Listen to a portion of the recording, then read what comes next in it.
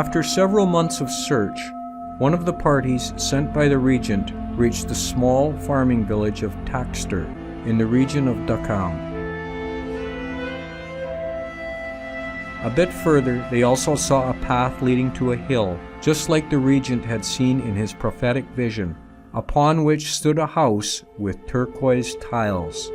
The newcomers asked a villager if in that house lived a small child, and he said there lived a young boy who was nearly 2 years old.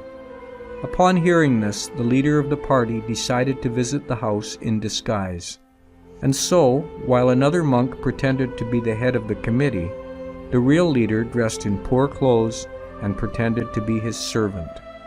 After knocking on the door, they were greeted by a couple of humble farmers. The couple welcomed the alleged leader of the party and bowed before him. However, as soon as their small son Lamo saw the visitors, he ran up to the disguised Lama, who was wearing a rosary that had belonged to the 13th Dalai Lama, and asked him for it. The Lama stared into the boy's eyes and uttered, "I will hand it to you if you wish, but first tell me, who am I?" The child said he was a Lama, and he also identified the fake leader as well as the real servant. Before departing, the High Lama promised the child that he would soon return, and he undoubtedly kept his promise. After reporting their finding to Lassa by telegram, a new search party of High Lamas and dignitaries was sent to the small village, this time to thoroughly examine the farmer's son. According to Tibetan tradition, it is common for small children who are reincarnations of High Lamas to remember specific things from their past lives, including certain people, objects, and even scriptures. This time, the search party arrived with the object of conducting a series of tests to determine if the small child was really the reincarnation of their deceased leader or not. The first test was the following. They offered the small child 2 identical black rosaries, one of which had belonged to the 13th Dalai Lama. At once, he took the one that had been the Lama's and placed it around his own neck. A similar test was made with 2 yellow rosaries. Next, they offered him 2 different sets of drums, a smaller one that had belonged to the last Dalai Lama, and a larger and much more attractive brand new one with gold straps. The child picked the small one and started beating it in the way that drums are beaten during prayers. After this, they showed him a pair of walking canes. He touched one first, then paused and looked at it for some time. He then took the other, which had belonged to the Dalai Lama, and held it in his hand. By these tests, the Lamas were further convinced that the reincarnation had been discovered. However, they did not inform the boy's parents, who did not suspect that their offspring might be the reincarnation of the highest of all Lamas. He was also said to be the reincarnation of a Brahmin boy, who lived in the time of Buddha Shakyamuni. Regarding this, he later confessed, "I am often asked whether I truly believe this. The answer is not simple to give.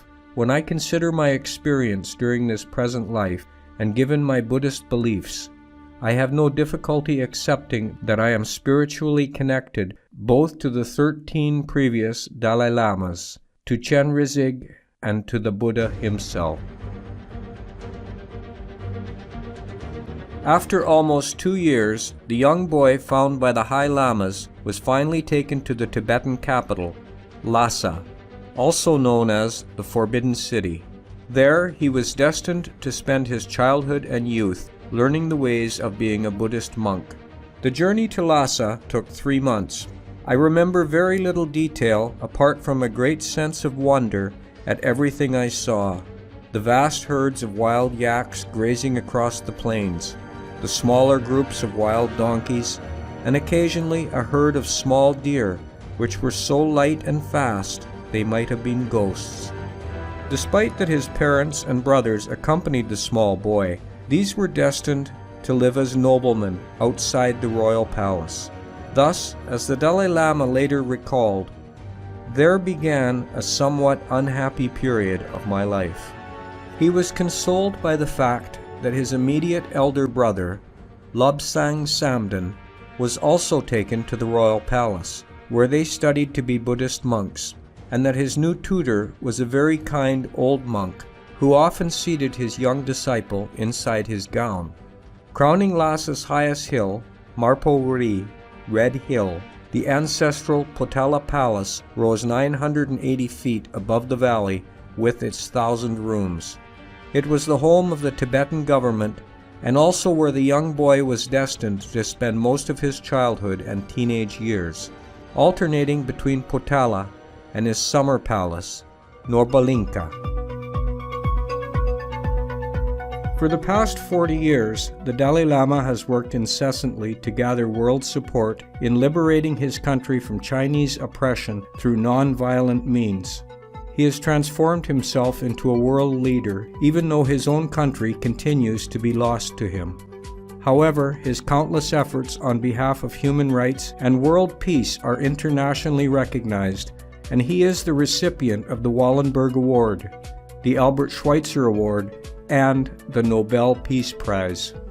Due to the fact that his country continues under the rule of the oppressive Chinese government, he strongly believes in non-violence, and that in time, humanity's love of peace, justice, and freedom will always triumph over cruelty and oppression. Furthermore, he does not even consider the Chinese government his true enemy, as he stated in his 2002 treatise, Loving the Enemy. When your mind is trained in self-discipline, even if you are surrounded by hostile forces, your peace of mind will hardly be disturbed. On the other hand, your mental peace and calm can easily be disrupted by your own negative thoughts and emotions. So I repeat, the real enemy is within, not outside.